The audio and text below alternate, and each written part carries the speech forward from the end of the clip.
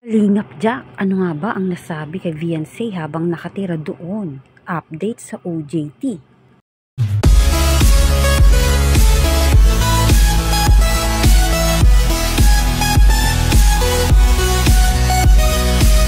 Ano nga ba ang nalaman ni Kalingap Jack simula nang makasama nila ito sa bahay si Viancy? Tara, alamin natin. Kamusta po mga kalingap? Muling nagbabalik ang inyong lingkod, mini vlog, naghahatid ng update tungkol sa mga kalingap. Kung bago ka pa lang sa aking channel, mag-subscribe na at huwag kalimutang mag-like para lagi kayong updated sa aking mga videos.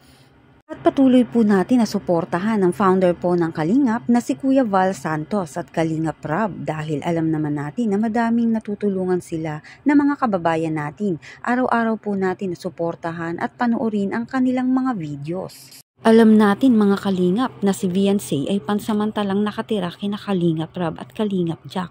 Kalingap Jack, ano ka nga ba ang nalaman kay Viancy? Bago po yan, dito po muna tayo sa latest update ng OJT nga po ni Viancy. Maganda nga po ang resulta ng on-the-job training ni Viancy na talaga namang natutuwa ang manager ni Viancy sa kanya dahil nga po si Viancy ay kilala at sikat at naging rason din ito upang dumugin ng store nila na pinag-OJT-han nga po ni Viancy at dahil doon tumaas din ang kanilang sales na ilang araw pa nga lang pong nag-OJT doon si Viancy at talaga namang tuwang-tuwa ang manager nito.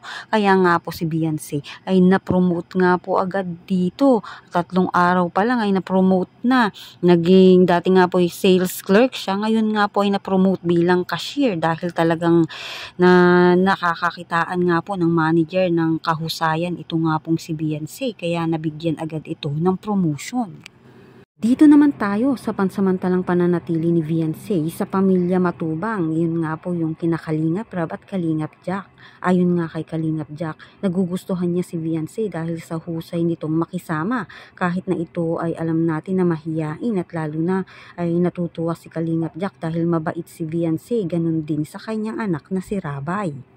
Katunayan, nakilala niya agad si Viancy sa loob lamang ng ilang araw pa lang nitong pananatili rito at maganda nga ang pakikisama ni Viancy sa kanila. Nakabanding din ni Kalingap Jack si Viancy sa pagluluto dahil nga marunong din itong magluto si Viancy na alam mo naman na kahit na di sabihan si Viancy ay may kusa nga po itong si Viancy sa kanila. Si Kalingap Jack pa nga ang nahihiya tuloy dahil nga ang turing niya kay Viancy isang nga pong bisita sa kanila tahanan. Pagkadating pa nga lang po daw nito ni Viancy galing OJT, ito nga ay ayon nga kay Kalingap Jack ay naguhugas ito ng plato. Pero pinipigilan niya ito ngunit para kay Viancy ay nais lamang niyang makabawi kahit na sa ganun nga lang po daw na paraan ay makatulong itong si Viancy sa kanila.